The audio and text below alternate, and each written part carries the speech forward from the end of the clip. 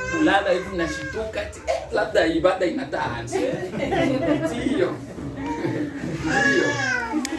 hakuna kulala, hakuna kupata amani. Neno la ujumbe ni ngumu, sio kama kwenye madhehebu mtu anawaza nitachukua andiko fulani na anachukua na anaanza tafsiri yeye peke. Mungu atusamee. Anaanza leta na bumifano kwa kulungu, jinsi alienda kule akashikwa kule na majani mule mpori, vitu kama hivyo, na watu wanakuwa tu wanacheka hivyo. Mungu atusamee. Sasa sisi tuko na neno liko jingi limewekwa galani. Sasa na kila chakula Mungu ametuambia la nourriture spirituelle otaconvenable. Chakula cha kiroho kwa wakati wake. Chakula cha kiroho kwa wakati wake. Chakula ni kingi. Mungu ametuandalia meza. Mungu ametutumia nabii. Iko na neno kwa sababu neno la Mungu huja kwa manabii. Neno liko jingi, lakini ile ambayo Mungu anataka watu wake wakule leo hapa Nairobi Sunset Cup ni nini? Hangaikaja. Niombe Mungu. Sijui. Bwana tubariki sana. Sasa neno lenyewe ndio hili ambalo tulikuwa tunaandaa le mystère de la rédemption. Siri ya ukombozi. Siri ya ukombozi. Bwana asifiwe sana. Tumepata neema ndugu na dada. Mungu ametutumia nabii, ametutumia na neno. Bwana asifiwe sana. Hivyo tutakwenda tu moja kwa moja kwanza kuingia kwa neno. Tutaenda mula adoption deuxième partie. Kufanya kwenye mamlaka sehemu ya pili. Vous pouvez toujours avoir cet appareil ici, cette tablette. Peut-être que ça peut toujours nous aider comme nous sommes là dans des appareils. Amen. Vous pouvez toujours nous aider. L'adoption deuxième partie. Kufanya kwenye mamlaka sehemu ya pili. Prêcher 60 ilihubiriwa 60 mwezi wa 5 tarehe 19. Nous commençons 60 mai 18. 60 mwezi wa 5 tarehe 18. Nous commençons au paragraphe 43. Tunaanza paragraph yake 43 jusqu'à 44 hadi 44. Wewe. M'excuser. Utanisameheni. Sababu naangalia jambo fulani hapa. Hapo siwezi kuongea. Ça c'est fermé pasteur. Hii mifungo mchungaji. Yes, mifungo. J'étais en train de voir où se trouve la montre. Kwa naangalia kama saa iko wapi. Pia nataka kuangalia saa. Je ne peux pas être à mesure de regarder ça parce que lorsque je serai dans l'option, je ne verrai pas bien cela. Amen. Paragraphe 43-44. Paragraphe 43-44. Ok, je vois maintenant, j'ai une montre.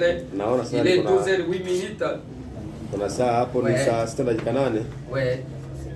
Je vais toujours voir là-bas. Ouais. Ok. Nous allons maintenant au paragraphe 43-44. Tunaenda kwenye paragraph 43-44. Ok. Thank you. 43-44. 43-44. Or c'est là que ça se trouve. Hapo hivyo ndivyo ilivyo. Voyez. Naona la parole dit ici. Neno hili linaeleza hapa. Et il a caché. Naye ameficha. Et ces mystères ont été cachés. Na siri hizo zilifichwa. Bwana asifiwe sana. Amen. Et ces mystères ont été cachés. Na siri hizo zilifichwa. Maintenant souvenez-vous. Sasa kumbukeni. La Bible dit. Biblia ilisema. Depuis la fondation du monde. Tangu kuwekwa misingi ya ulimwengu. En attendant les manifestations des fils de Dieu. Zikingojea madhihirisho ya wana wa Mungu. Qui les démontre à l'église. Uziweka wazi kwa kanisa. Bwana asifiwe sana. Amen. Hizi siri zimefichwa tangu kuwekwa misingi ya ulimwengu. Kusubiri nini? Madhihirisho ya wana wa Mungu ili wafunuliwe. Que le Seigneur soit loué. Amen. Tukuzwe. Siri hizi zimefichwa tangu kuwekwa misingi ya ulimwengu kwa ajili yangu na wewe. Amen. Ili sisi wana wa Mungu waliodhihirishwa wafunuliwe hayo. Amen. Bwana asifiwe sana. Amen. Bwana atubariki sana. Amen. Qui le démontre à l'église.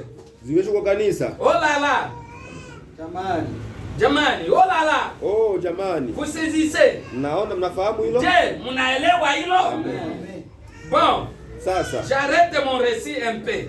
Na yaja hadithi yangu kidogo tu. Où je vais? Au nitaleta. Je vais prendre ma prochaine réflexion pour faire ressortir ceci. Nitaingia kwenye wazo langu lifuatalo kupata hili. Maintenant souvenez-vous. Sasa kumbukeni. Tout au long des âges. Katika kanisa zote zamani. Si mnaona kanisa hizi? Amen. Tout au long des âges. Joyce. Kwenye makanisa zote. Kupitia hivi vipindi vya nyakati. Amen. Hizo nyakati za kanisa mnaona hivyo vipindi vyote. Amen. Na sio hivyo tu. Bwana atubariki sana. Tout au long des âges. Kote katika zamani. De celui de Moïse. Zamani za Musa. De l'âge des prophètes. Kule nyuma katika zamani za manabii. Tous les âges. Kule nyuma katika nyakati zote. Ils ont attendu ces derniers jours. Wao wamengojea hata siku hizi. Pour que ces choses soient manifestées. Ili mambo haya yapate kuonyeshwa wazi. Conformément aux écritures. Kulingana na maandiko. Bwana asifiwe sana. Amen. Yaani nyakati zote ambazo zimepita, wakati wa Musa, wakati wa manabii, nyakati hizi zote walikuwa wanasubiri hizi siku za mwisho. Amen. Ili siri hizi zipate kufunuliwa, kuwekwa wazi. Jina la Bwana libarikiwe. Amen. Tunakwenda kuona kwamba manabii wote walitamani kuona siku ya leo. Amen. Watumishi wote wa Mungu walitamani kuona siku ya leo na kusikia haya ambayo tuko tunasikia mimi na wewe. Amen. Bwana asifiwe sana. Haya mambo yote ambayo tuko tunayaona leo, haya Kristo Mungu kuweza kuruhusu yeye mwenyewe ashikwe picha, hayajapata kuweko tangu historia ya ulimwengu. Ni mambo ya ajabu. Sasa mimi na wewe tunaweza tukaona kawaida. Lakini wenzetu, manabii, watumishi wote wa Mungu, wafalme, watu wote wa Mungu waliomtumikia, walitaka kuiona siku ya leo, walitaka kusikia haya tunayoyasikia. Bwana asifiwe sana. Hata Nabii Branham walimuuliza, wewe ungetaka kuishi wakati gani? Alisema angetaka kuishi wakati huu. Bwana asifiwe sana. Hakujapata kuweko katika historia ya ulimwengu ambapo Mungu alijiruhusu ashikwe picha isipokuwa huu wakati. Amen. Na hii yote imeashiria kwamba kuja kwa Yesu kumekaribia. Amen. Tuko kwenye mwisho. Amen. Sifa kwa Yesu. Amen. Bwana atubariki sana. Amen. Tout au long des âges. Katika nyakati zote. De celui de Moïse. Kuanzia wakati wa de l'âge Musa. des prophètes. Katika nyakati za de manabii. tous les âges. Nyakati Ils ont zote. attendu ces derniers jours. Wao walikuwa wakingojea siku hizi za mwisho. Pour que ces choses soient manifestées. Ili mambo hayo yote yapate kuonyeshwa wazi. Conformément aux écritures. Kulingana na maandiko. C'est exact. Ni kweli. Que ça soit révélé au fils de Dieu. Ili yapate kufunuliwa kwa wana wa Mungu. Ili yapate kufunuliwa kwa wana. Amen. Amen. Kwa watu wote. Ili yapate kufunuliwa kwa wana wa Mungu. Amen. Bwana tubariki sana. Amen. Hizi siri sio kwa watu wote. Ndio Baba. Ni kwa ajili ya wana wa Mungu. Amen. Sifa kwa Yesu. Amen. Pourquoi? Kwa nini? À partir de jusque c'est comme la pyramide. Kama vile piramidi. Comme je l'ai déjà dit. Kama À nilivyosema. mesure qu'elle se construit, Ikijengwa na kuanza. elle se rapproche toujours plus. Imekuwa nyembamba. Toujours plus. Kuwa nyembamba. Toujours plus. Kuendelea na zaidi na Huko zaidi. mnaona sijui piramidi iko wapi? Eti kadiri vile iko inapanda na ndio vile iko inaenda inapungua. Amen. Inapungua. Mko mnaliona hilo? Amen. Bwana atubariki sana. Amen. Na ndio vile huko naona tuko tunaenda. Vile piramidi iko inapanda na ndio vile iko inaenda inapungua. Watu wanapungua. Watu wako wanaenda wanapungua.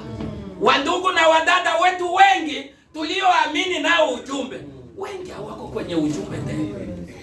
Kama vile mwimbaji aliimba katika kungoja sana Yesu, Watu wengi lakini wale wana wa Mungu na binti za Mungu walioahidiwa wataendelea kudumu. Wao hawatatoka. Bwana atubariki sana. Na ndugu na dada, usifikiri umeamini leo na umeokoka leo kwa ajili ya nguvu yako mwenyewe. Hapana. Amen. Ni kwa ajili ya Mungu. Mungu alitangulia kukujua kimbele, akakuchagua, akakupatia uzima wa milele. Wewe upende usipende, wewe hautatoka kwa ujumbe. Kile Seigneur swali. Amen. Mwenye yako uanguka mara 7. Amina. Lakini Mungu muokoa na wewe mwenye haki anaangukia tu mikono ya Mungu. Amina. Wewe hautoweza kwenda. Wewe unaangukia tu mule muneno tu mikono ya Mungu. Mungu anakuokoa na hayo. Mara mwenye haki uanguka mara 7. Amen. Bwana asifiwe sana. Lakini Mungu muokoa na hayo yote. Wewe upende usipende hautotoka kwenye ujumbe. Amen. Bwana tubariki. Na yule mwingine apende asipende, yeye hata amini ujumbe akiwa hapa. Ni neema. Ni mpango wa Mungu wa ukombozi. Sifa kwa Yesu. Tuko pamoja kabisa. Bwana atubariki sana. Tunaenda hapa mladoption. Tuko mladoption, tunaenda mu40. Tunaenda kwenye aya yake 40. Twende mu40. 40. Tuko hapa mwadoption tu deuxième partie. Hii sehemu tu yake ya pili kwa tutoki hapo. Tutoki hapo. Deuxième partie, je vous ai déjà donné nishewapea l'année, mwaka, prédication vous avez déjà mentionné. Ambayo umeandika kwenye mahubiri. Nous allons maintenant au paragraphe 40. Paragraphe yake 40. Bwana atubariki sana. Amen. Permettez-moi de vous illustrer ça un peu ici. Hebu niwachoreeni mfano kidogo hapa. C'est beau. Ni mzuri. Nous faisons un retour en arrière. Rudi nyuma. Je crois que j'en ai touché un mot l'autre soir. Na mimi nilizungumzia jambo hilo kidogo hivi. J'en ai parlé dans la Genèse chapitre 1. Katika Mwanzo sura ya kwanza. Verset 26. Moja 26. Quand Dieu s'est donné pour nom éternel Dieu. Wakati Mungu alipojiita jina lake Bwana Mungu. C'est le mot liko katika El. Neno El. Viens écrire Ela. Ela. Elohim. Elohim. Viens d'abord écrire. Qui veut dire celui qui existe par lui-même. Anaishi kwa peke yake. Bwana asifiwe sana. Tunarudi leo, ni siku ya siri za Mungu kufunuliwa kwa wana wa Mungu. Amen. Kwa kanisa, bibi harusi wa Yesu Kristo. Amen. Sio kwa kila mtu. Amen. Bwana atubariki. Mwingine mtu ambaye yeye hakuahidiwa, hakukusudiwa, atasikia hata elewa. Amen. Hata akielewa hata amini. Amen. Mungu atubariki sana. Ndio vile mambo yalivyo. Mko mnaelewa kanisa? Amen. Ni wakati wa kufunuliwa siri. Amen. Ni siri za nini? Siri za ukombozi. Bwana atubariki sana. Amen. Sasa Mungu anatuambia kwamba hizi siri ambazo zinafunuliwa kiungu ndio ziko zinatufanya sisi kutoka katika ulimwengu. Na zinatupatia imani na nguvu ya kunyakuliwa. Hatutazibloku. Ni wewe kuja kusikia. Amen. Bwana asifiwe sana. Amen. Sababu Mungu anatuambia kwamba Yesu akasema kwamba mtaitwa kweli na hii kweli itawaweka. Amen. Hizi kweli ambazo zinafunuliwa kiungu, ndugu na dada, ndio zenyewe zimetubadilisha hivi. Amen. Ndio sababu dada hauwezi kata nywele. Amen. Ndio sababu dada hauwezi suka nywele. Ndio sababu dada hauwezi vaa makaptura na ubu makabana. Jina la Bwana libarikiwe. Ni kwa ajili ya hizi siri ambazo zimefunuliwa kiungu, ambazo uko nasikia. Ndio maana ndugu, hauwezi kusukwa nywele za mandredi na kama basani. Mungu atusamehe sana. Bwana atubariki sana. Huwezi vaa bukabana, huwezi chonga mandevu sijui nini. Mungu atusamehe. Wengine wanaume leo wanatoboa masikio. Wamesha kuwa washoga. Wewe hauwezi fanya hivyo. Sababu ya hili neno.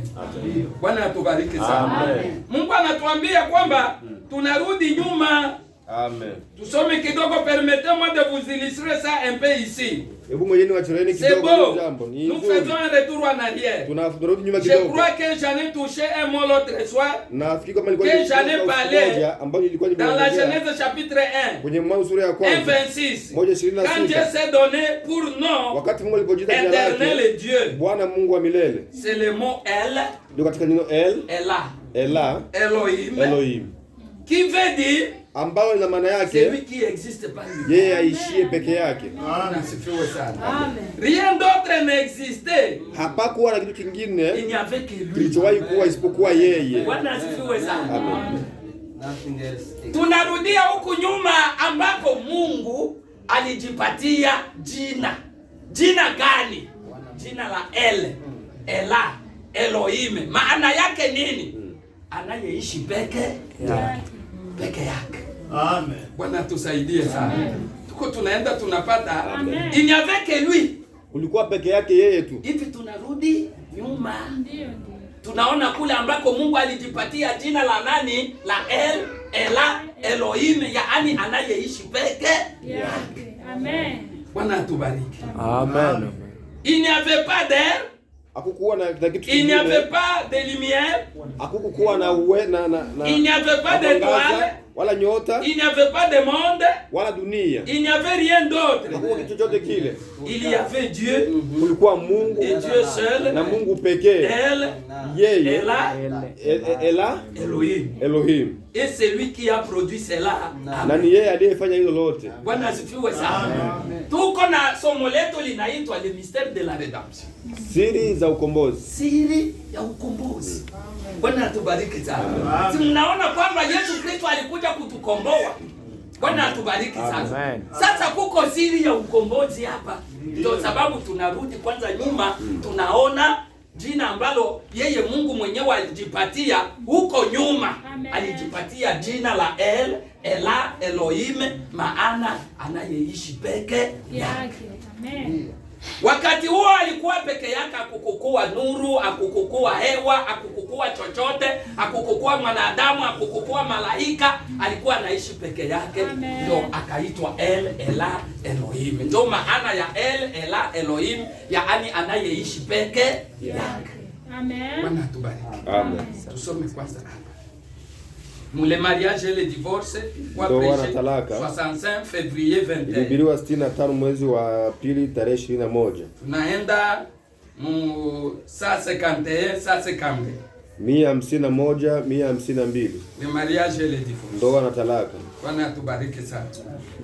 Paragraphe 151 152. Paragrafu yake ya 151 J'ai dit que c'est 152. prêché 65 Nisema kwamba février ilihubiriwa mwezi wa pili 21. tarehe 21 mwaka wa 65. Maintenant, Sasa argumentez donc. bishana hilo kidogo. Là-dessus, Hapo chini pendant un moment, wakati fulani c'est Dieu qui l'a fait. Mungu ndiye alifanya. Il fallait qu'il fasse comme ça. Ilibidi alifanye hivyo. Il fallait que ce soit là. Ilibidi iwe hivyo. Maintenant, écoutez maintenant. Sikizeni sasa. Pendant environ 5 minutes, Kwa dakika 5 hivi takriban. je voudrais attirer votre attention sur quelque chose. Nataka kuwavuta ukungashoni kwa ajili ya jambo fulani. Qu'est-ce que Dieu? Mungu ni nini? Bwana asifiwe sana. Ninataka kuvuta usikivu wenu. Mungu ni nini? Bwana asifiwe sana. Amen. Fuata hapa kwa makini. Amen. Usipofuata hapa unaweza potea. Amen. Hivi tunarudi nyuma, tuko kwenye siri, mambo ambayo yalifunuliwa watoto wadogo. Bwana atubariki. Qu'est-ce que Dieu? Mungu ni nini? Dieu est un grand être éternel. Mungu ni umilele mkuu. Mungu ni nini? Mungu ni umilele mkuu. Tuishaona El, Elohim. El, Ela, Elohim. Amen. Mungu ni nini? Mungu ni nini? Dieu est un grand être éternel. Mungu ni kiumbe kikubwa cha umilele. Mungu ni kiumbe kikubwa cha umilele. Au commencement, Hapo mwanzoni il y a très longtemps, ni mbali kabisa huko. avant qu'il y ait un commencement, Kabla ya kuwa na mwanzo il n'était même pas Dieu. hata hakukuwa Mungu. Mko mnaelewa kanisa? Amen, amen, amen. Huyu ambaye tuko tunaita El, Ela, Elohim, uko mwanzo, kabla ya mwanzo. Mko mnaelewa? Tumerudi nyuma. Kabla ya mwanzo, hata yeye hakuwa Mungu. Amen. Huko njoo uweke sasa, uandike hapa avant le commencement. Uandike kabla ya mwanzo. Uandike mwanzo na uandike après le commencement. Avant le commencement, après le commencement. Uweke sasa kabla ya mwanzo.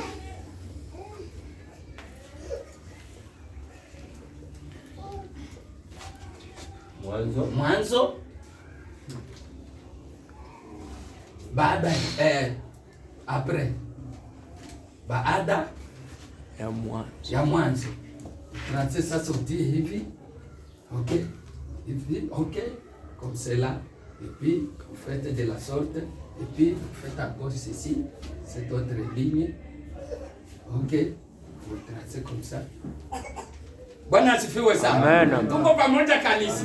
Hii ni somo hii. Amen. Tunajifunza. Amen. Amen. Sasa haya ni mambo makuu ambayo imeahidiwa kufunuliwa hizi siku zetu, siku za mwisho kwa wanani? Kwa wana wa Mungu. Kwa bibi harusi wa Yesu Kristo peke yake.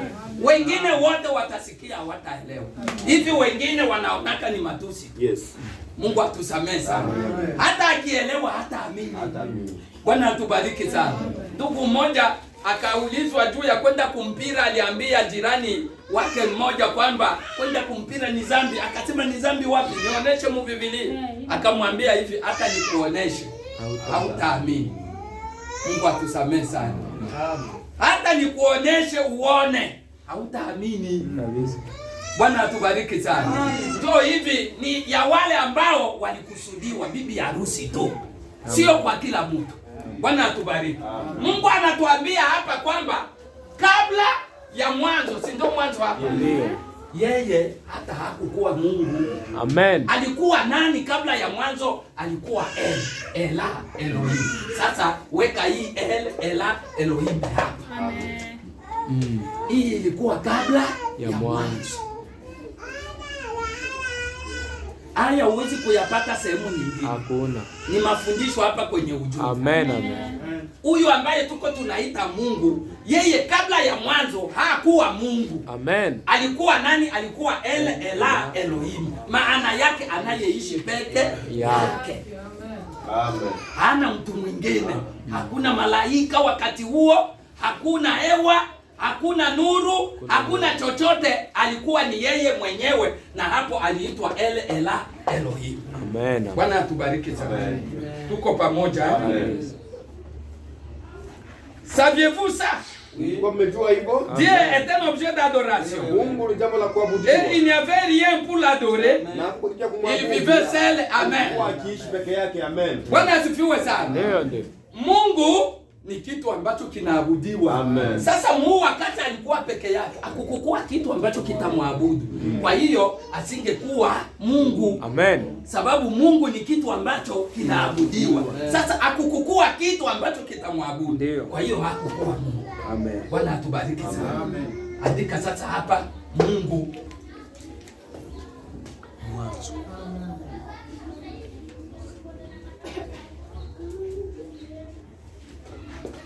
Et en lui, Na ndani yake tunakuwa sasa museka 53. 53. Et en lui, Na ndani il y yake avait des attributs. kulikuwa na sifa. Sasa ndani ya huyu Ela Elohim mulikuwa sifa. Bwana atubariki. Amen. Un attribut. Na sifa. Qu'est-ce que c'est? Sifa ni nini? Une pensée. Yes. Ni wazo. Sasa sifa. Sifa ni nini? Ni wazo.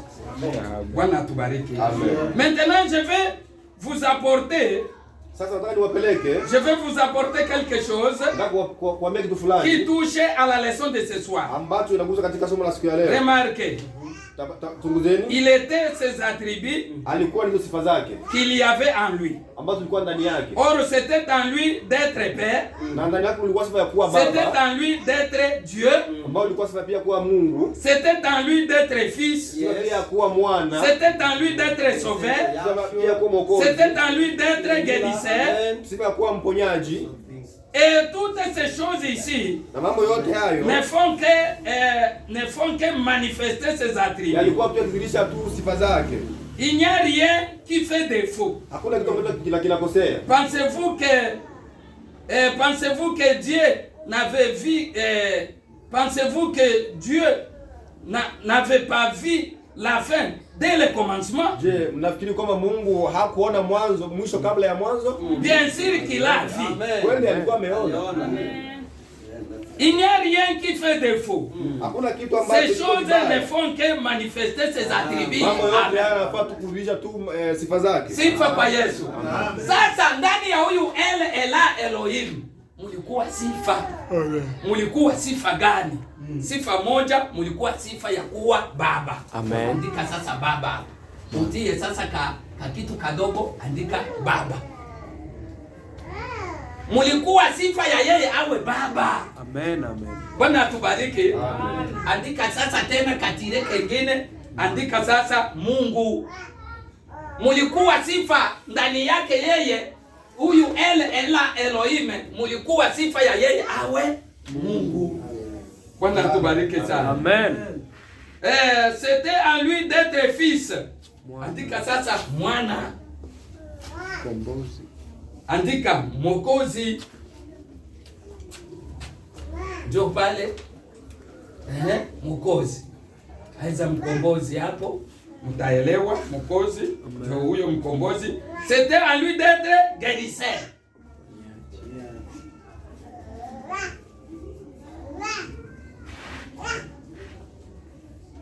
Sifa kwa Yesu. Huyu ele huyu kabla ya mwanzo, yaani akuja kuweko mwanzo. Bwana asifiwe sana. Mulikuwa sifa ya baba. Ndani yake mulikuwa sifa ya yeye awe baba. Mulikuwa sifa ya yeye awe Mungu. Mulikuwa sifa ya yeye awe mwana. Mulikuwa sifa ya yeye awe mwokozi aiza mkombozi. Mulikuwa sifa ya yeye awe mponyaji. Amen. Sasa atakuwa hivi vitu vyote namuna gani? Na yeye iko hapa, iko ele tu Ela Elohim, yeye peke, hana kitu kingine. Amen. Bwana atubariki sana. Amen. Sasa yeye Mungu anajua mwisho tangu mwanzo. Amen. Anajua nini ambacho kingeendelea. Bwana atubariki. Amen. Tuko Musase 44. Oh! Il ne pouvait pas être juste et faire qu'un homme tombe. Il fallait qu'il le mette sur une base d'égalité en lui, donnant le libre arbitre pour qu'il fasse son choix lui-même. Mais il savait qu'il tomberait. Bwana asifiwe sana. Yeye Mungu alijua kwamba mwanadamu ataanguka. Amen. Siri ya ukombozi. Ndio neno letu la asubuhi ya leo. Siri ya ukombozi. Amen. Bwana atubariki sana. Amen. Tuko pamoja taye. Amen. Tufuate tu kwa makini. Sijui hapa simu yangu kiwa inafanyaje. Sasa niangalie kwenye tuko. Okay. Tuko tunaenda sasa mu 49-51. 49-51. Adoption, deuxième partie. 49-51. 49 Usisahau hapa mu le mariage et le divorce tungali tunaishia Musa 54. Kwamba ndoa talaka watu tumeishia 144. Sasa hivi tunaenda mu l'adoption deuxième partie 49-51. Ufalme wenye mamlaka sehemu ya pili 49-51. Bwana atubariki. Tuko pamoja taye. Bon. Sasa. Et dans la Bible, katika Biblia, nous vivons au dernier jour. Tunaishi kwenye sehemu za mwisho. Au sommet de la pyramide. Katika ukingo kabisa des poissons croisés de l'âge. Samaki ambazo du cancer dans les zodiaques. Samaki zinazopinda za cancer dans les zodiaques. Katika zodiaki. Au temps de la venue du lion. De la pierre de fête et au jour de manifestation des fils de Dieu. Dans la Bible voyez-vous. Bwana asifiwe sana. Mnajua kwamba tuko na Biblia tatu. Haya ni mafunuo, ni mambo ambayo imefunuliwa kwetu kupitia Elia nabii, malaika wa 7 ambaye aliahidiwa kwamba yeye wakati atapiga baragumu ndipo siri zote za Biblia zitakapofunuliwa. Bwana asifiwe sana. Anatufunulia kwamba tuna Biblia hizi tatu. Mnaliona hilo kanisa? Amen. Biblia ya kwanza inaitwa zodiaka. Hiyo zodiaka Mungu aliandika angani. Biblia ya pili ni piramidi. Hiyo ilijengwa wapi? Misri. Na Biblia ya tatu ndio hii tuko nayo hii ya makaratasi. Mnaelewa? Bwana atubariki sana. Amen. Dans la Bible, voyez-vous, vous voyez où nous en sommes. Nous sommes en plein temps de la fin. Tuko katika mwisho kabisa wa mwisho. Bwana asifiwe sana. Combien on lit le journal cette semaine? Wangapi wasoma gazeti Jumanne? Ce que Khrouchtchev et les autres ont dit. Bila ambalo Khrouchtchev na wengine Oh, walisema. ils sont prêts. Oh, tayari wako. Nous sommes aussi amen prêts. Tout va bien. Vous voyez. Oh, quel privilège. Quel jour. Si seulement les chrétiens pouvaient prendre conscience du jour où nous vivons. Oh là là, amen. Bwana asifiwe sana. Qu'est-ce que vous en pensez? Celui qui a écrit ce livre, il a vu cela et il a vu que ce serait manifesté dans les derniers jours.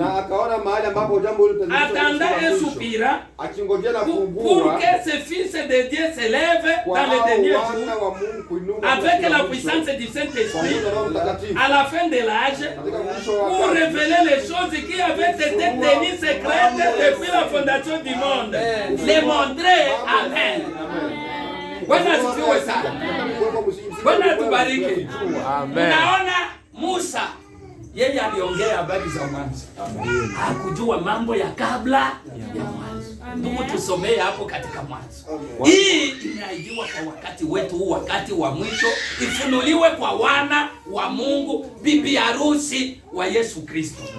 Amen. Bwana atubariki. Amen. Mwanzo sura ya kwanza aya yake ya 20. Mwanzo tu moja tu. Moja. Ndio. Hapo mwanzo Mungu aliziumba mbingu na nchi. Amen. Kitabu cha Mwanzo ni kitabu cha nabii Musa. Mnajua Musa, nabii Musa aliandika vitabu. Bwana asifiwe sana. Kimoja kinaitwa Mwanzo. Cha pili kinaitwa Kutoka. Cha tatu kinaitwa Mambo ya Walawi. Cha nne kinaitwa Hesabu. Cha tano kinaitwa Kumbukumbu la Torati, ndio inakuwa inaitwa la Pentateuque de Moïse. Les 5 livres de Moïse. Bwana asifiwe sana. Sasa wakati yeye Musa aliongea habari za mwanzo. Kujua ya huku. Amen. Huko kabla ya mwanzo. Anasema hapo mwanzo kulikuwa nini? Ndugu tusomee kwanza. Hapo mwanzo. Nabii Musa anaoneshwa na Mungu mambo ya mwanzo. Lakini ya kabla ya mwanzo hapo onyeshwa. Bwana tubariki sana. Sasa ilitakiwa kuje malaika wa 7. Ndio. Aje afunue wakati atapiga baragumu, afunue siri zote za Biblia za kabla hata ya mwanzo hadi mwisho kule kwenye umilele. Amen. Bwana tubariki sana. Hapa kabla ya mwanzo ndio huwa inaitwa umilele. Amen. Ndio umilele hapa kwetu. Yaani Nabii Branham malaika wa 7 wa kanisa la 7 akafunuliwa mambo ya kabla ya mwanzo ya eternity. Bwana atubariki sana. Ndio eternity. Umilele. Andika kwanza umilele hapo. Soma kwanza hapo tusikie. Hapo mwanzo Mungu aliziumba mbingu na nchi. Mungu akaonesha nabii wake Musa mambo ya mwanzo, lakini hakumuonesha mambo ya kabla ya mwanzo hapa ya kwenye umilele. Bwana atubariki. Hapo mwanzo Mungu alifanya nini? Aliziumba mbingu na nchi. Aliziumba mbingu na nchi. Si tunasikia hapa alikuwa iko peke yake. Hakuna mbingu, hakuna nchi, hakuna nuru, hakuna hewa, hakuna chochote, hakuna malaika, hakuna kiumbe kingine. Alikuwa yeye mwenyewe, na hivyo alikuwa anaitwa Elohim. Yaani anayeishi peke yake. Na hapa ndipo sasa hapa ndio Musa tu alianza kuoneshwa. Musa akaoneshwa nini hapo mwanzo? Mungu aliziumba mbingu na nchi. Mbingu na nchi. Nayo nchi ilikuwa ukiwa. Tena utupu. Na giza lilikuwa juu ya uso wa vilindi vya maji. Bwana asifiwe. Musa yeye akaoneshwa tu hapa. Nabii wetu Branham akaoneshwa mambo ya kabla ya mwanzo. Hapa kwenye umilele. Tuko pamoja kabisa. Amen. Sasa tutembee hapo tuone hilo jambo jinsi lilivyo. tulipate kwanza hapa le mariage et le divorce, Ndoa na paragraphe talaka. 87B. Paragrafu ya 87B. 87B. 87B. Utasikia tu kidogo pale 87B. 87B. 87B où ça se trouve? 87B. Kwa wapi? 87B. Je suis en train de chercher. Unaitafuta. 89, c'est 89B. Ni 89B. Huko mwisho kabisa huko. Ninasoma hivi. Maintenant souvenez-vous ça. Sasa kumbukeni hivyo. C'est quand le temps a commencé. Hapo ndipo wakati ulipoanza. Au début. Ulipoanza kuanza. Avant, Kabla c'était l'éternité. ilikuwa ni umilele. Or, notre question là, c'était remarquer si nous nous reportons au commencement. Sasa swali letu hapo ilikuwa angalia kama tukirejea huko mwanzoni. Bwana asifiwe sana. Kabla ya mwanzo ilikuwa ni nini? Ni umilele. Bwana asifiwe sana. Musa hakuoneshwa mambo ya umilele. Ilikuwa ioneshwe nani? Malaika wa 7. Ambaye atakuja afunue siri zote za Biblia ya kuanza kabla hata ya mwanzo, yaani kuanza kwenye umilele mpaka tena kwenye umilele. Amen. Tuko pamoja kanisa. Amen. Twende Musa 94. Twende Hii ni mariage ile 194. 194. 194. Ndoa na talaka 194. 194. Tutachukua sehemu yake 194, vous allez m'excuser. Kwa sehemu yake ya 194. 194. 194. Je suis en train de chercher. Nila kutafuta. Les yeux ne sont pas conformes. S'il y a quelqu'un qui a déjà trouvé 194, il peut nous lire là-bas. Mtu ambaye amegundua 194 194. Tunasoma. Celui qui a déjà trouvé, ouais, tu peux lire. Sasa tazama sasa. Baada ya mwanzo. Baada ya mwanzo. Sasa tazama baada ya mwanzo. Baada ya mwanzo. Baada ya wakati wa kuanza. Baada ya wakati wa kuanza. Nyuma huko ulikuwepo umilele. Nyuma huko ulikuweko umilele. Ndio kwenye tuko tunaenda tunatafuta. Yaani kabla ya mwanzo. Nyuma huko ulikuweko nini? Umilele. Tuko pamoja Ndio kitu tuko tunapenda tuoneshe kanisa. Sijui hapa unaenda Musano na Nsisi. Twende 196. Sasa angalia. Sasa kuna agano ya nyoka. Samahani, kuna agano na nyoka. Ambapo walikuwa sawa hapo kabla, hapo mwanzoni au kabla ya mwanzo. Akawaambia mwanamke, hakika nitakuzidishia uchungu wako na kuzaa kwako. Bwana asifiwe sana. Amen. Tuko tunalenga nini? Kabla ya mwanzo ilikuwa inaitwa nini? Umilele. Amen. Turudie sasa hapa mu l'adoption. Twende mu paragraphe 41 Turudi kwenye kufanya wanaoji mamlaka. Paragraph yake ya 41 42. Yangu inaanza Goma huko. Ni maji. 41 41 42 hadi 42.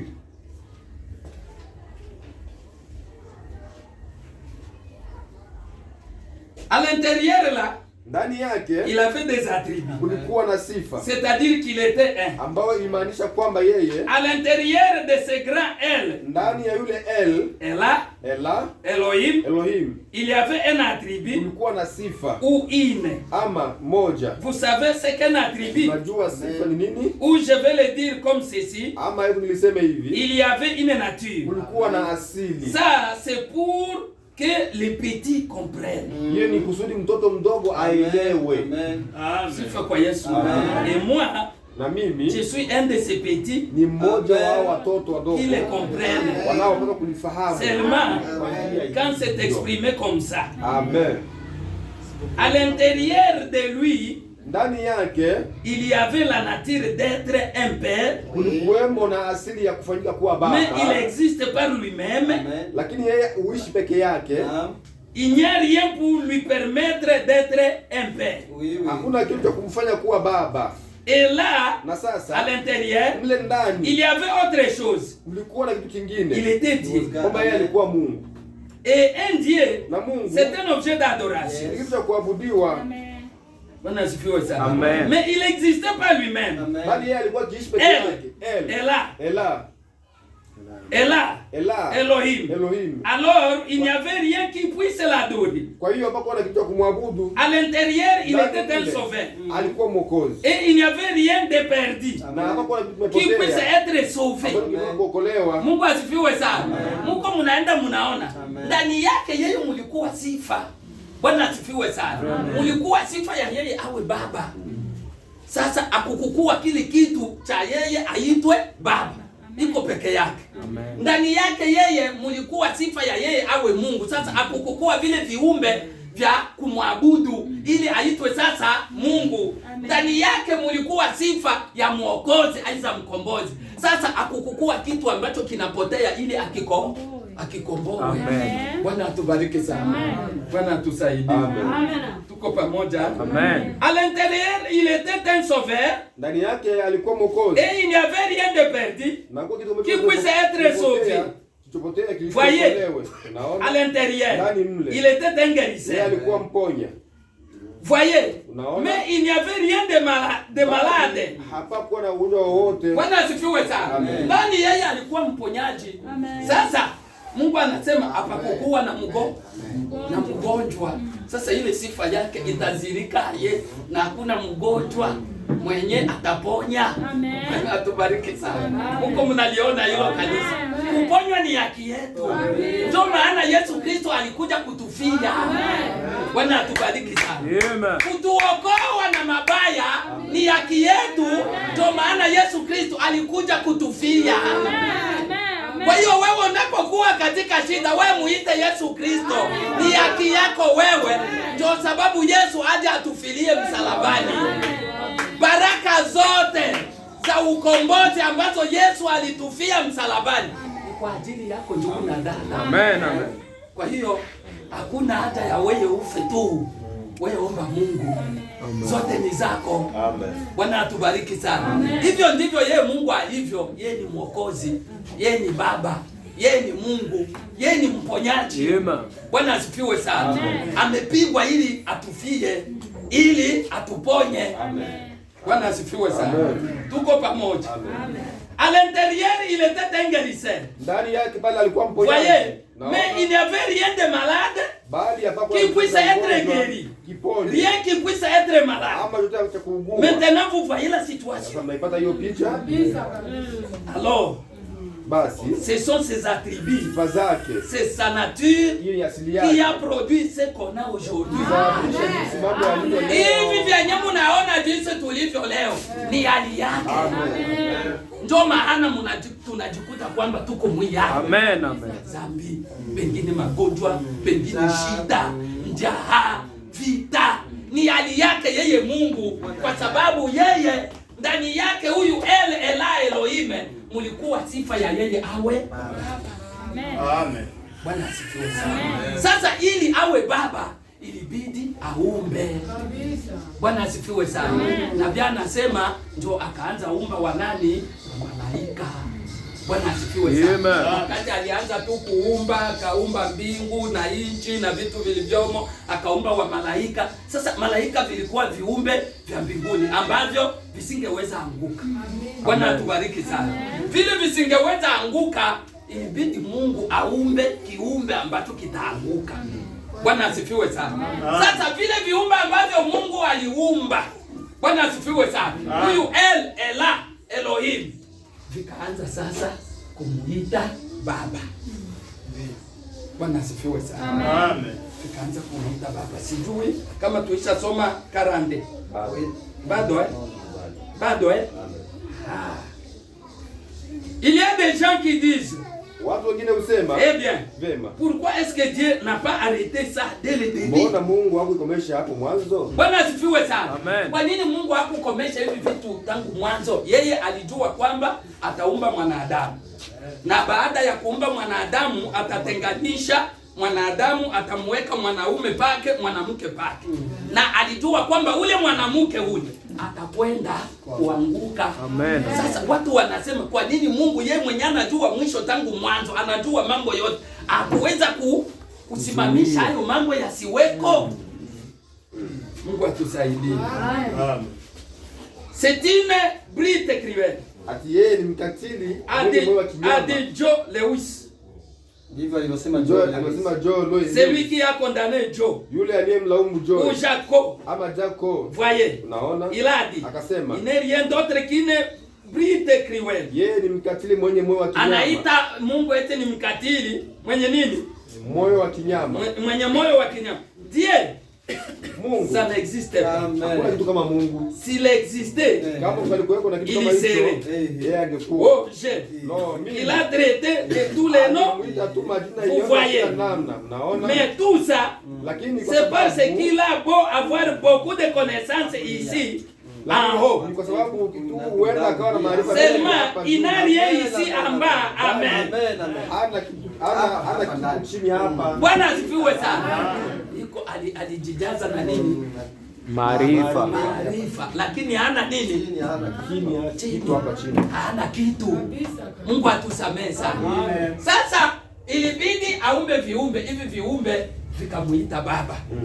Sijui ikiwa tutajiseti vizuri hapo kuliona hilo. Bwana asifiwe sana. Vile viumbe alivyoviumba vikamuita baba. Bwana asifiwe sana. Vile viumbe alivyoviumba vikaanza kumwabudu, akaitwa nani? Mungu. Bwana asifiwe. Kwa sababu Mungu ni kitu chochote ambacho kinaabudiwa. Bila sisi tunajua Mungu wa kweli na uzima wa milele ni Bwana Yesu Kristo. Yehova wala. Bwana asifiwe sana. Hapa ndo alipata jina la Yehova. Alipoumba viumbe vyake akaitwa baba, akaitwa Yehova, yaani anayeishi na familia yake. Tuko pamoja kanisa. Ndio maana ya Yehova, yaani anayeishi na familia yake. Sasa vile viumbe vikaanza muabudu, akaanza itwa nani? Bwana asifiwe sana. Sasa wakati hivi viumbe alivyoviumba, huyu mwanamke akaanguka, mnajua mbustani ya Edeni. Alipoanguka basi uzao wote wa mwanadamu ukaingia katika maanguko. Katika kukosea. Katika hii hali yaani tukapoteza zile haki zote za kuwa wana wa Mungu, za mtu aseme na kile kitu kitokee. Tukapoteza hizo haki zote. Mungu akaona kwamba ile kukaa tu kule mbinguni kushikilia kuitwa Mungu haina maana sana kwake. Ndio akaja kuzaliwa katika tumbo la bikira, akaitwa nani? Mwana. Amen. Bwana asifiwe sana. Amen. Tukasikia ule mwana ataitwa jina lake Yesu, yaani atakayewaokoa watu wake na dhambi zao. Watu wake, sisi ni watu wa Yesu Kristo. Hatukwaki watu ya mtu mwingine.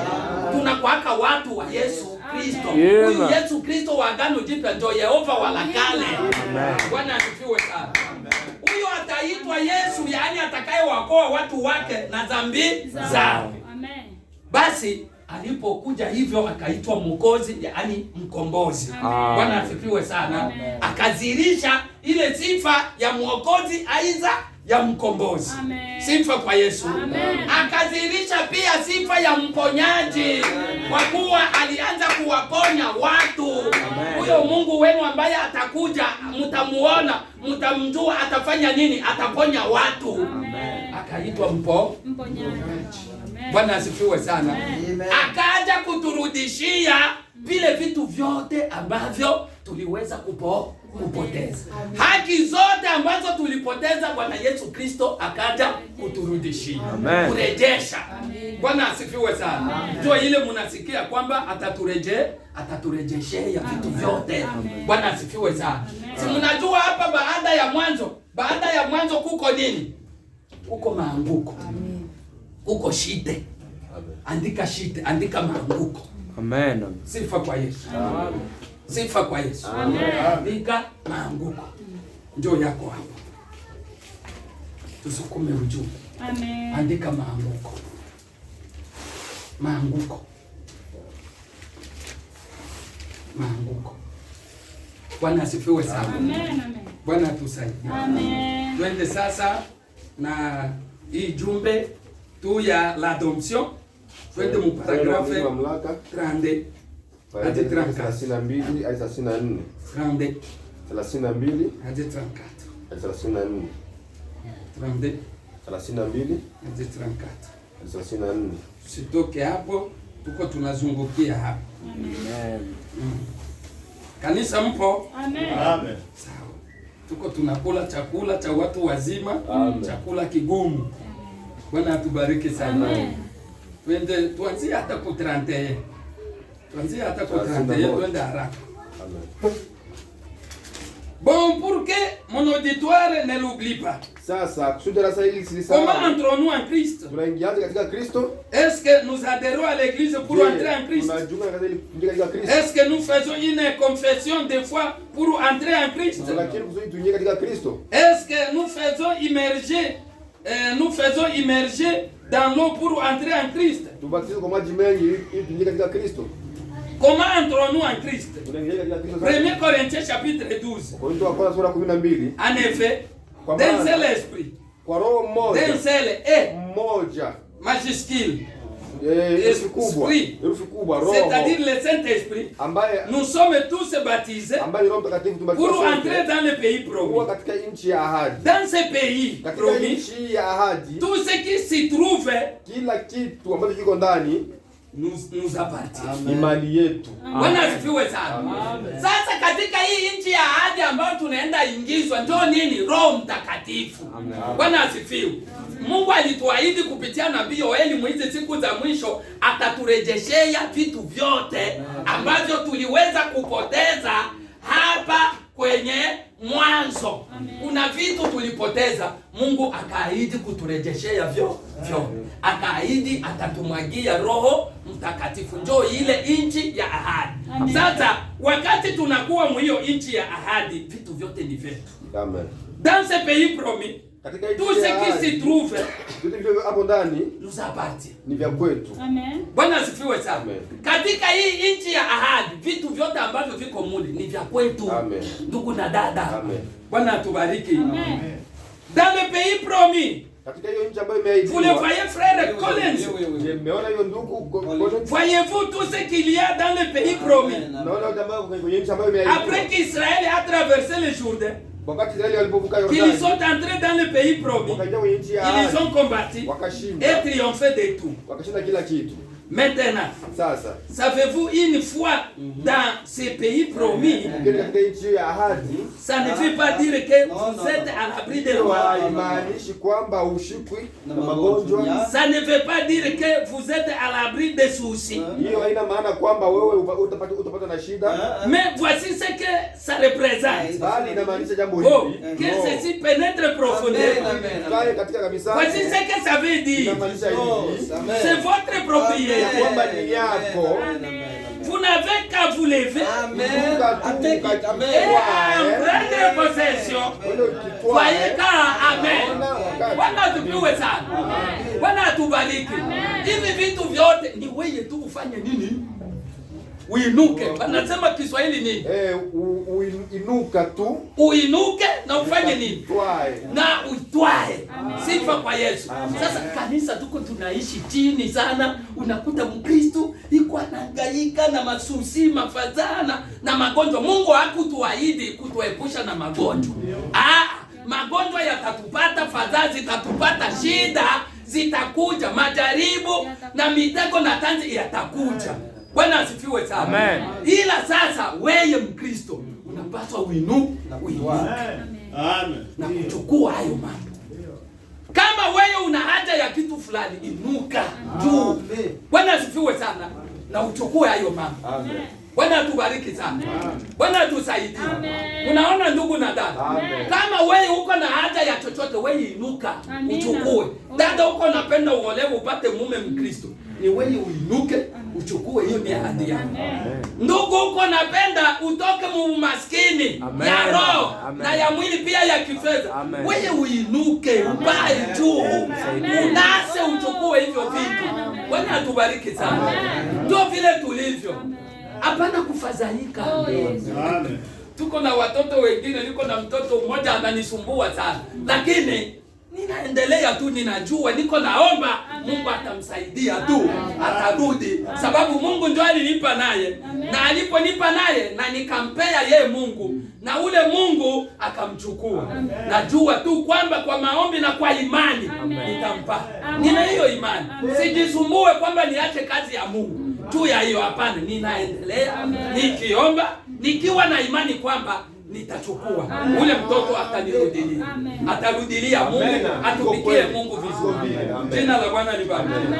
Tuko pamoja kanisa, mnaelewa hii? Usife moyo, ile hata ulionayo inuka uichukue. Tutakwenda sasa kusoma hapa Eli, ndio kwenye tutakwenda kukamilishia somo letu leo. Naona hivi nakuwa na saa, niko na ubiri hivi tayari, saa 7 inakwenda tuchukue hii ya mwisho hii. Elia ilikuwa prêché 55 mars janvier, mwezi wa 3 tarehe samani 55 mwezi wa 3. Koja niangalie, iko ya 55 mwezi wa 3 tarehe 1. Bwana tubariki. Amen. Tuko pamoja kanisa. Amen. Amen. 55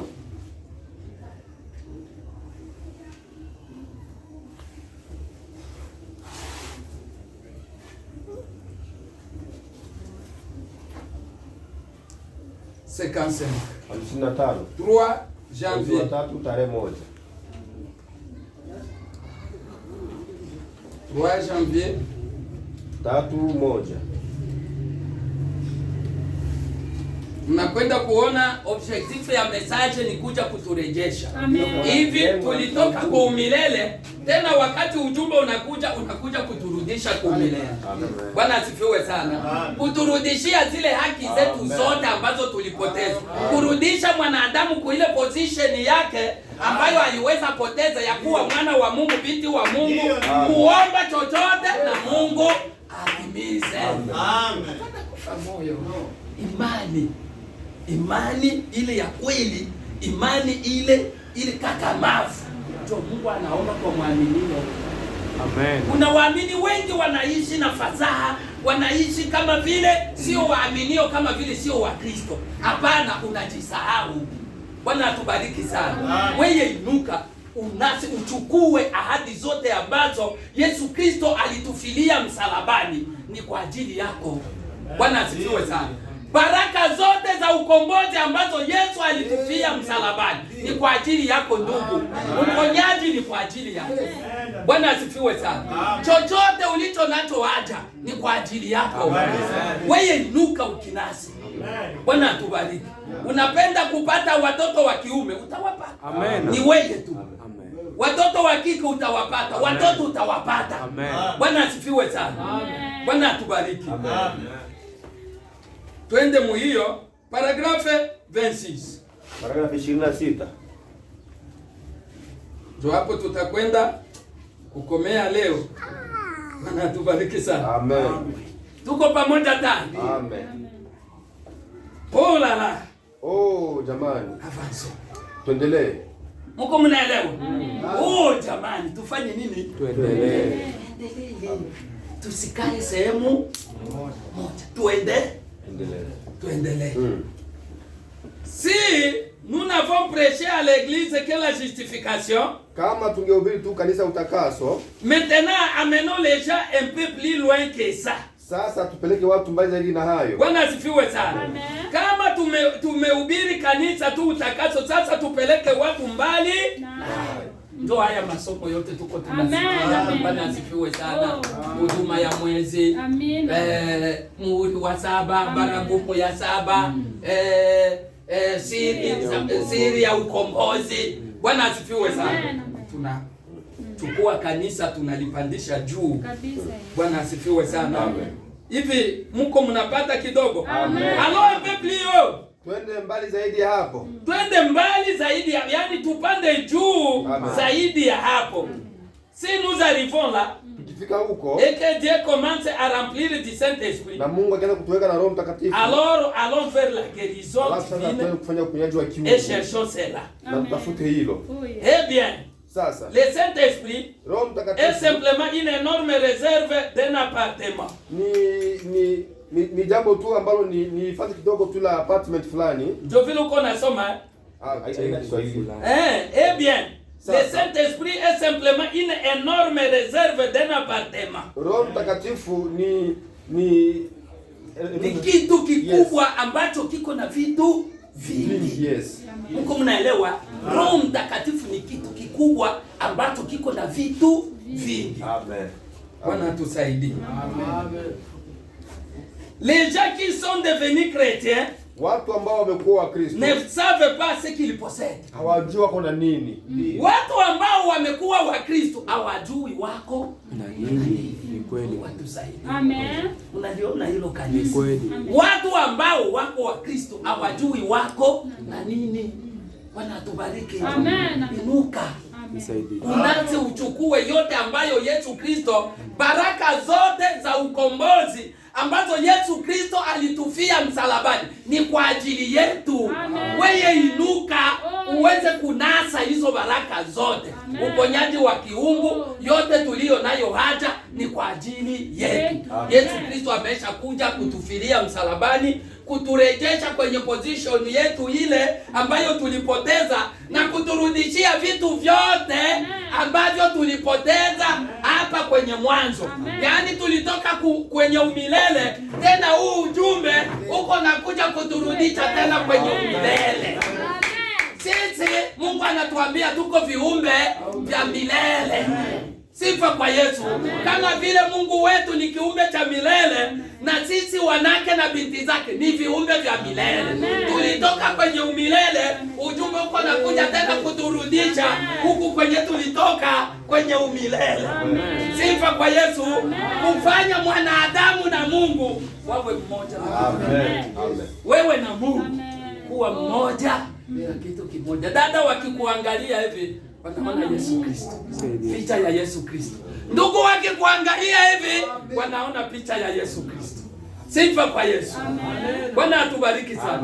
Ndio objectif ya message. Ndio lengo la ujumbe. Tuko pamoja kanisa. Mungu anatuambia hapa, ndio message tulikuwa nayo hii Fred, tuko tunajifunza. Ya Mungu alikwambia eti waambie wao sasa wahudumie. Njoo hii. Amen. Njoo hii message yenyewe tulikuwa. Amen. Hii ni Eli. Ya 55 mars janvier. Bwana atubariki sana. Amen.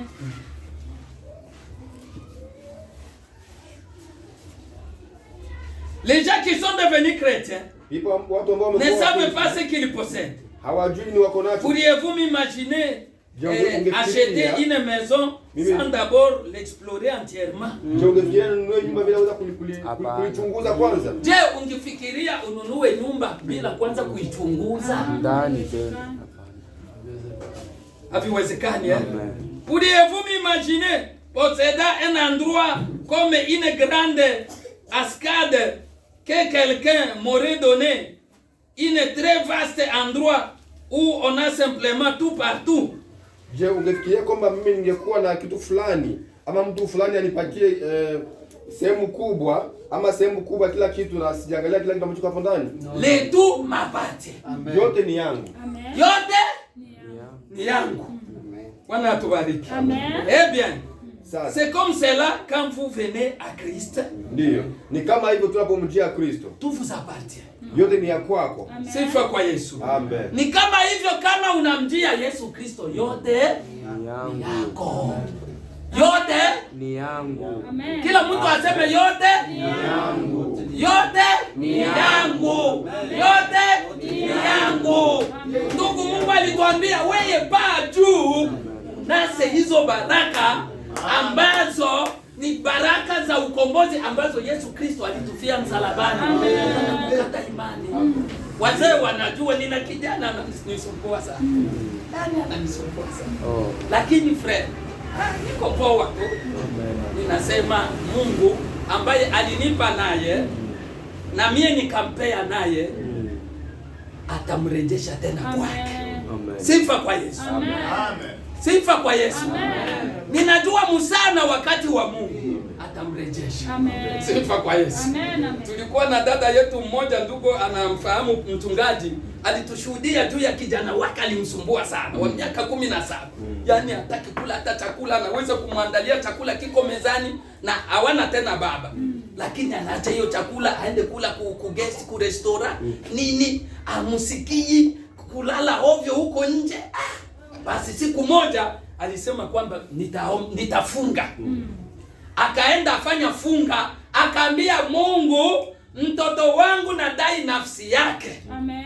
Kwako Mungu wangu Yesu. Na usipomrejesha na kuomba nikufe hapa. Uniue. Ndio maombi yake. Ndio vile aliongoza kuomba. Na mimi nilijiuliza mule ndani tulikuwa na basi. Maombi huyu mama aliomba. Eti usipomrejesha basi uniue, yani sina faida ya kuishi. Si unaona ile iko maombi ya nini ya kusema? Ni mtu ambaye anajielewa, anajua kwamba baraka zote za ukombozi ambazo Yesu Kristo alitufia ni zetu. Aliambia Mungu usipomrejesha uniue, nikufe. Ina maana mimi sina umuhimu, sina nini?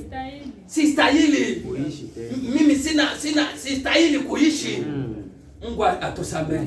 Anasema tu baada ya siku chache huyo mtoto akarejea. Ametuambia hivi, iko anafika kunyumba, iko anaanza kaa nyumbani, iko anaanza nisalimia, mama mliamkaje, mko aje, iko anaanza kula chakula nyumbani. Ulikuwa ni ushuhuda aliokuwa anatushuhudia.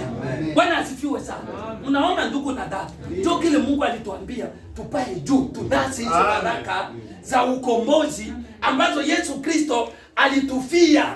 Sifa kwa Yesu. Ndio vile mambo yalitembea, tunarudishwa huko. Bwana atubariki sana. Eh bien, c'est comme cela quand vous venez à Christ.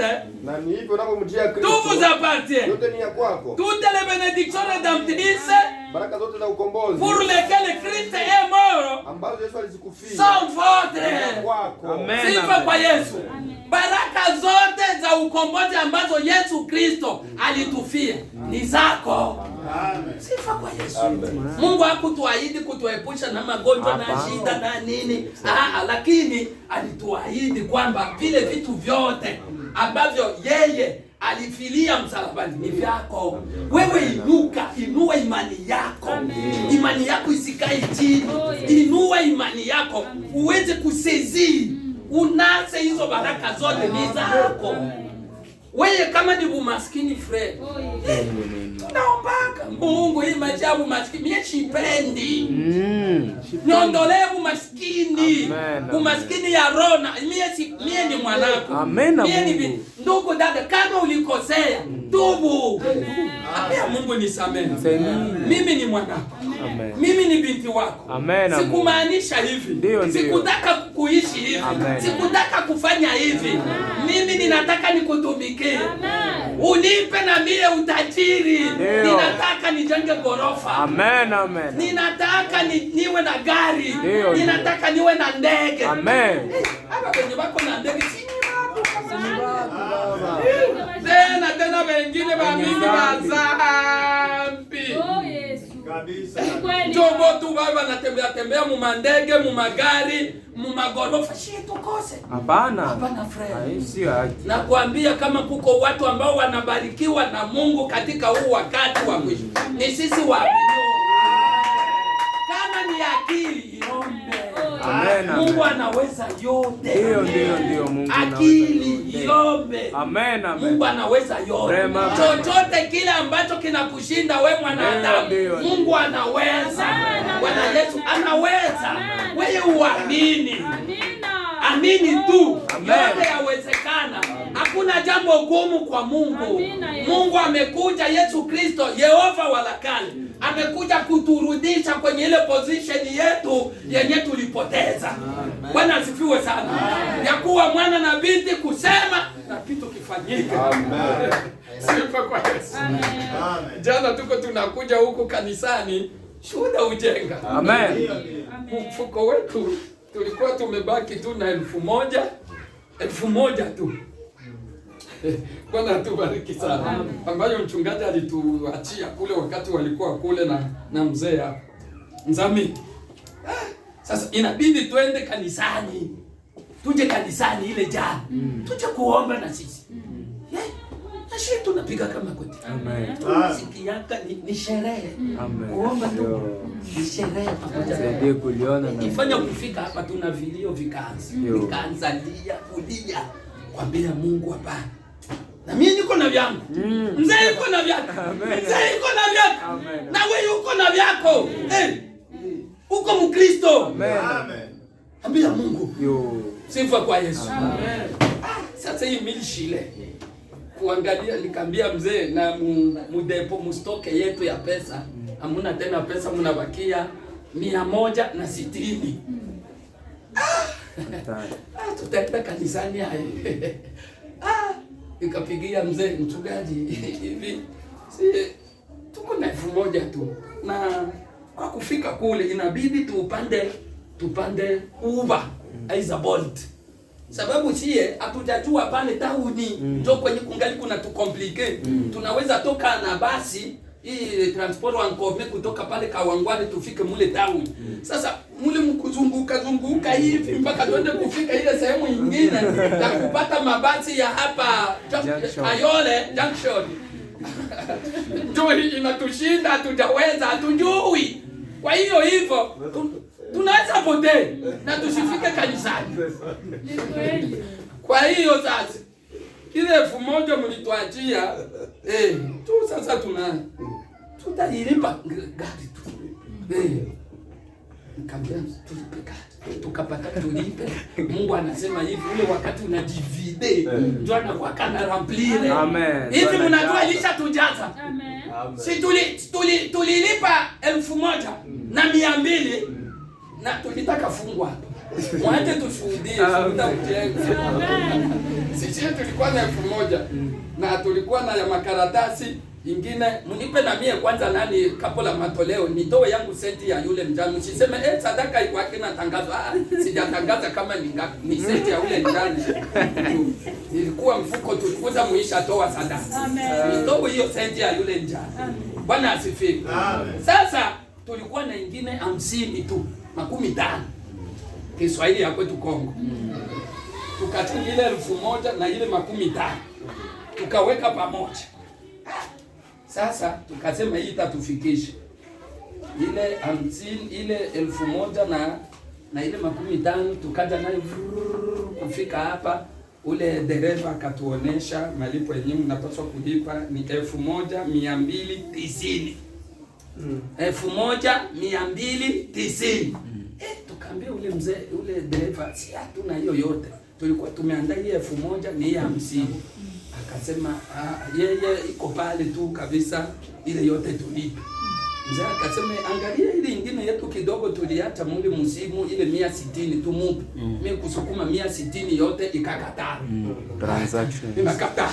Basi pima kwanza 150. Ikasukuma 150 ikakubali. Kumbe waliona siwezi toa yote napo wakate kidogo. Sawa.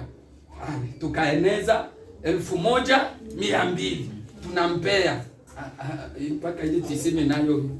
Ndugu Olivia alikuwa kule kumlango. Ndugu Olivia njoo alikuwa kule. Ndugu Olivia anakuja tunamwambia yeye anaona ndugu 1-2 akasema hakuna shida. Njoo akatoa begi akaingiza huko. Sifa kwa Yesu. Amen. Sasa tunawaambia hivi kwa ile 1000 tuisha kuwa na 3000. Amen. Amen. Kwa isha kupatia 3000. Amen. Unajua hivi tutarudia na 3000. Amen. Mungu mnaona baraka za Mungu. Na leo frere nikaota ndugu mmoja ni mhubiri wetu wa ujumbe. Nikaota eti tulikuwa tena na ibada. Sasa ananiambia hivi nilipita pale sehemu fulani hivi wakanipea $20 eti nikuletee njoo hii. Bon, tena akaniambia hivi tena kuna ndugu mwingine nilimwambia eti wewe hivi niko naenda kule. Wewe hauta tuma pesa kidogo kwa ajili ya wapetwa kule. Basi nikaona tena ana pesa nyingine yenye atanipea yenye tena alikuja anaagizwa atupee. Basi nikaona mwingine dada iko anafanya hivi, yaani iko anasema hivi, niko na pesa ya kuwapea, iko ananifanya hivi, niko na pesa ya kuwapea. Bwana atubariki. Amen, amen. Mungu, mnaona hayo mambo? Hivyo tuko na imani kwamba tayari Mungu alishaturudishia tena mara ngapi?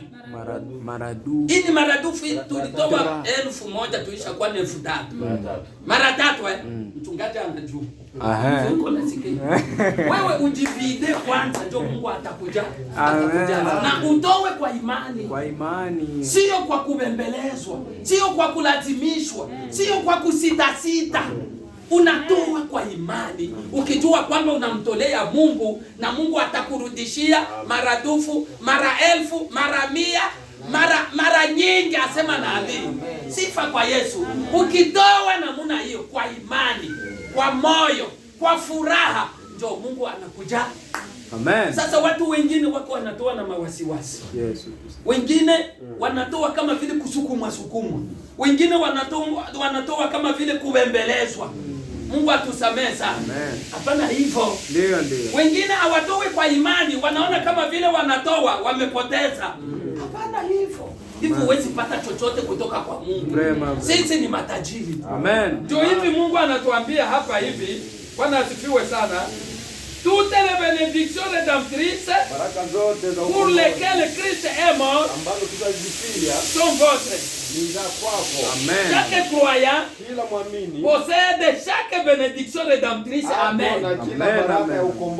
Kila muamini iko na kila baraka ya ukombozi.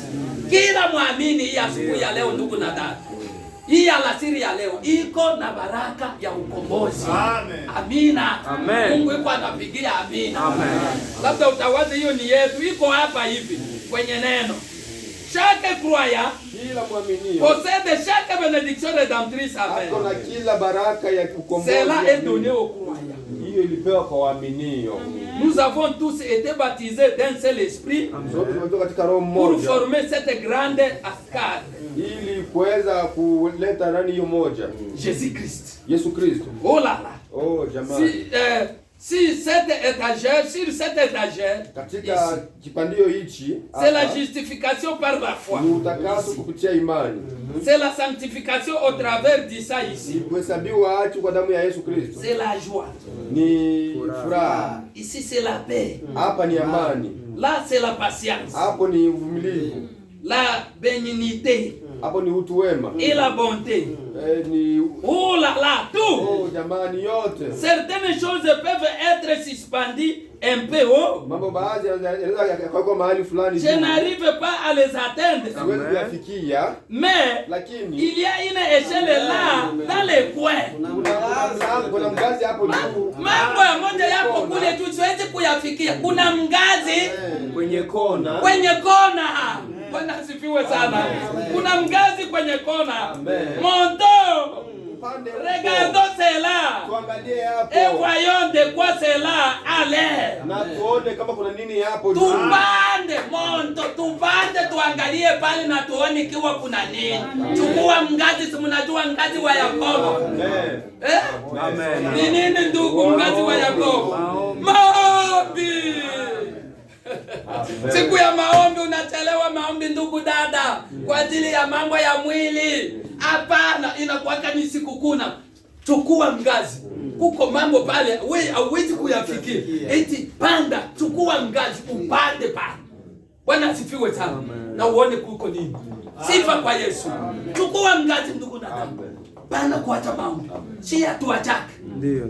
Yote tunabeba. Neno maombi, maombi neno, neno maombi, maombi neno. Tunafikia ahadi zote za Mungu. Sifa kwa Yesu. Amen. Wote watakatifu waliokuwa na shida wa Yakobo wote walilia mpaka kulia kwenye magoti na Mungu akajibu. Akampea baraka. Sababu Yakobo alijua kwamba Mungu hajambariki. Akamshika akasema leo sitakuacha mpaka unanibariki.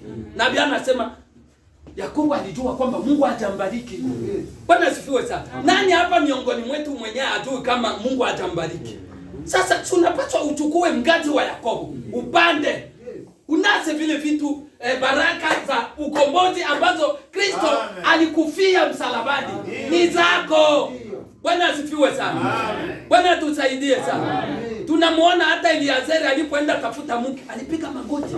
Unaweza alimpata hivi hivi. Hapapataki mke hivi kuangalia macho. Mungu anatuambia alipiga magoti kwenye lango la mji. Akaambia Bwana na akapigisha na ngamia magoti. Kabisa. Alipiga magoti yeye peke na akapigisha na ngamia magoti. Akaambia Bwana, unifadhili, fadhili mtumishi wako. Na alipoomba yale maombi yake tu, Rebeka akacha. Akapata mke kwa ajili ya Isaka. Hapapataki mke kwa kuangalia. Ni kuomba. Amen. Sifa njoo mngazi wa Yakobo, panda tukua mngazi upande. Unase. Bwana asifiwe sana. Tuko pamoja kanisa. Mko mnaona hao mashujaa wa imani jinsi walivyopata. Ule mfalme Hezekia alipoambiwa na nabii Isaya kwamba hivi tengeneza mambo ya nyumba yako, unataka kufa. Hii mgonjwa haitakuacha. Alifanya nini? Alikeuka. Akageuza uso kwenye ukuta, akaomba. Hezekia akasoma neno. Neno tunasoma na maombi nayo iko. Na maombi na neno na maombi. Yote iko inatembea pamoja. Usiache kitu kimoja. Hapana. Amen. Tunaishi na vyote. Ndio. Sifa kwa Yesu. Akageuka uso kwenye ukuta, akaomba. Akalia sana. Asema napi?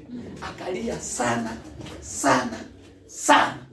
Na Mungu pale nabii Isaya alikuwa hajafika, akamrudisha eti nimeona machozi ya mtumishi wangu Hezekia. Rudia wende umwambie kwamba hatakufa. Na hivyo alimwambia nataka uniongezee ingine miaka 15 ya kuishi ili niache natengeneza vizuri mambo ya ufalme. Na Mungu akasema wende umwambie ninampea. Sifa kwa Yesu. Mungu mnaliona hilo? Amen.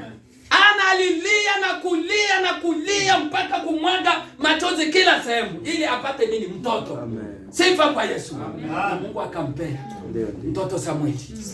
Na akampea baraka double. Ndio. Samueli akamfanya kuwa nabii. Sifa kwa Yesu. Amen. Na vile alivyoahidi Mungu kwamba ukinipea naye nitakurudishia naye. Na akampatia Mungu naye. Vile alivyoahidi. Tunapoahidi kitu na tutimize zile ahadi ambazo tuliahidi Mungu, ndio kuko kunakuwa ingine makosa. Najua Mungu ukiniokoa sitaacha kwenda kanisani, sitaacha kukutolea, sitaacha kuimba, sitaacha kushuhudia, sitaacha kukutolea cha 10, sitaacha kukufanyia kazi. Sasa wewe Mungu anakuokoa ili ile vyote, na Biblia inasema tu mambo ambayo inatushangaza. Watu wakati sasa wameokolewa anasahau vile vitu vyote ambavyo aliahidi Mungu. Unataka Mungu akufanyie nini? Mungu nipe kitu kidogo, ukinipa nitakutolea. Wewe kupewa hivi unaenda. Unaona? Tusifanye hivyo. Tuwe makini na Mungu.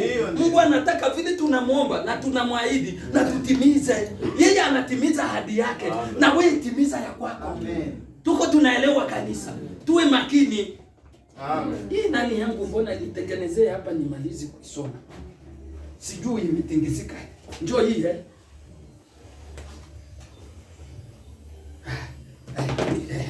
sawa, sorry. Hii kuna miandiko ya mkuu.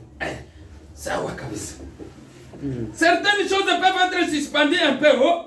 Baadhi ya mambo yakawekwa juu. Je n'arrive pas à les atteindre. Siwezi kuyafikia. Mais il y a une échelle là dans les coins. Lakini kuna ngazi mahali fulani kwenye kona. Bwana sifiwe sana. Mambo fulani yanaweza kuwa yako kule juu. Siwezi kuyafikia, lakini kuna ngazi pale kwenye kona. Monton. Pande huko. Regardons cela. Tuangalie. Et voyons de quoi cela allait. Na tuone ikiwa hiyo ina nini. Si vous n'arrivez pas à atteindre la guérison divine. Na ikiwa ufikiri kufikia kwenye prenez l'échelle de Dieu. Kwa ngazi wa Mungu. Ikiwa huwezi kufikia baraka uponyaji wa kiungu, chukua ngazi wa Mungu. Ni nini? Maombi. Bwana tusaidie sana. Monte. Panda huko. Et voyez tout ce qu'il en est. Na uone nini kiko hapo ndani. Tout vous appartient. Yote ni ya kwako. C'est juste. Kweli. Amen. Yesu atusaidie. Panda. Uone kile kilichoko. Yote yako. Yesu Kristo ndio chenye alikuja kutufilia. Baraka zote za ukombozi ambazo Yesu alitufilia ni zetu. Ni zako. Panda. Bakristo bengi wako wagoiguni. Kabisa. Hawawezi kuomba. Hawawezi kusoma neno la Mungu. hawawezi kutafuta baraka za Mungu. Wanawaza kwamba baraka za Mungu zinapatikana hivi hivi. Hapana. Bwana tusaidie. Hawawezi kutolea Mungu hata shetani ili akupe gorofa mpaka umtolee kafara. Si vile vyote shetani anaviga kwa. Bwana tusaidie sana. Hapana kuwa goigoi. Tunapaswa kuwa askari wajasiri wenye kujua kupambana. Mungu anatuambia hapa hivi. Si vous n'arrivez pas à atteindre la guérison divine, prenez l'échelle de Dieu. Ikiwa huwezi kufikia uponyaji wa kiungu, chukua ngazi wa Mungu. Sifa kwa Yesu. Monte. Et voyez tout ce qu'il en est. Tout vous appartient. C'est juste. C'est ainsi que l'église devrait avancer. Monter la route. Amen. Hivyo ndivyo kanisa linapaswa kuendelea. Tupande njia. Amina. Bwana abariki neno lake kwa jina la Yesu Kristo. Amen.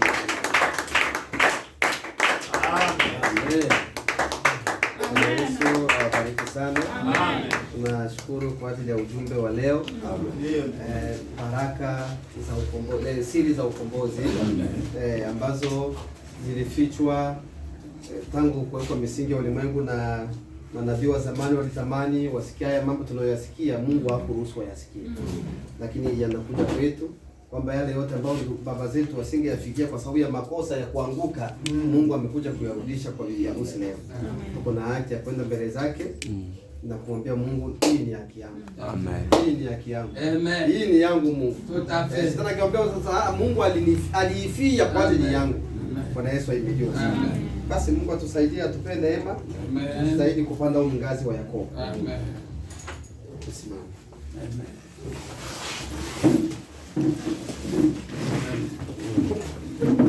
Asile pour les cris de l'éveil pour partir. Voici pour les cris de l'éveil pour partir. Il n'y a plus de temps.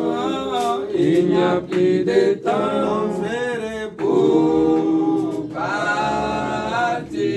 Oui, il n'y a plus de temps, frère, il n'y a plus de temps, frère, pour partir. Les septièmes tonnerres rassembler l'épouse pour partir. Voici les poules, les cris de réveil pour partir. Ah oui, il n'y a plus de temps, il n'y a plus de temps.